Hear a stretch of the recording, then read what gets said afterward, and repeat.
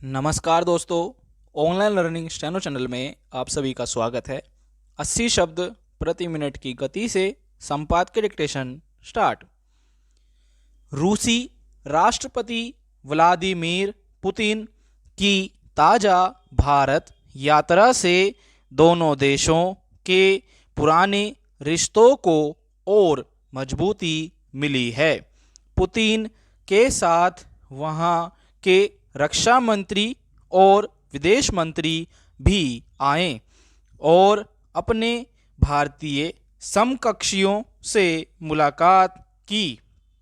इस मुलाकात में रक्षा, व्यापार, ऊर्जा आदि क्षेत्रों में सहयोग को लेकर कई अहम समझौतों पर हस्ताक्षर किए गए।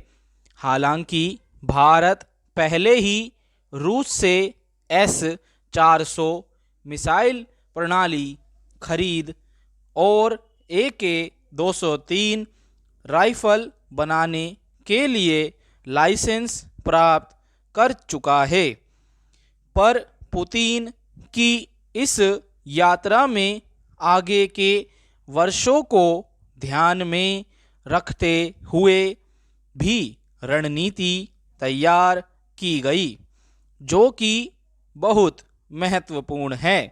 हालांकि रूस के साथ भारत के ये रक्षा सौदे नए नहीं हैं। बहुत पहले से वह उससे रक्षा उपकरण खरीदता आ रहा है। हालांकि बीच के कुछ वर्षों में अमेरिका, फ्रांस और इजराइल से भी कुछ रक्षा सौदे होने की वजह से रूस से उपकरणों की खरीद कम हो गई थी, पर अब मिसाइल प्रणाली खरीदने और अत्याधुनिक राइफल भारत में ही बनाने का लाइसेंस मिल जाने के बाद फिर से दोनों देशों के बीच रक्षा सौदों के मामले में बेहतर रिश्ते बन गए हैं।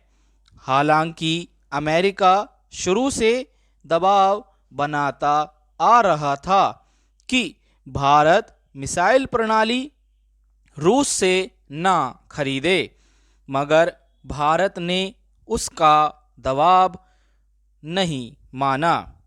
वह मिसाइल प्रणाली जल्दी भारत पहुंचने वाली है।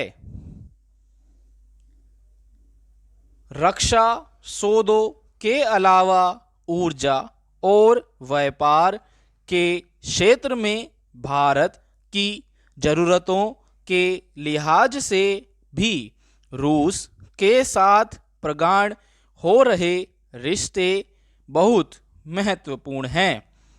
चीन और अमेरिका पर भारत की निर्भरता बढ़ना भरोसेमंद नहीं हो सकती।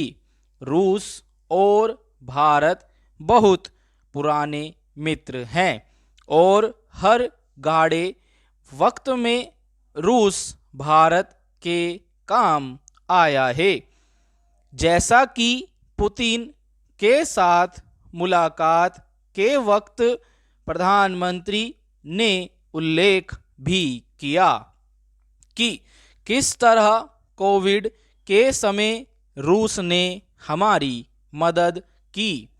चीन और अमेरिका विस्तारवादी नीतियों पर चलने वाले देश हैं, इसलिए उन्हें रूस के साथ भारत की दोस्ती सदा खटकती रही है।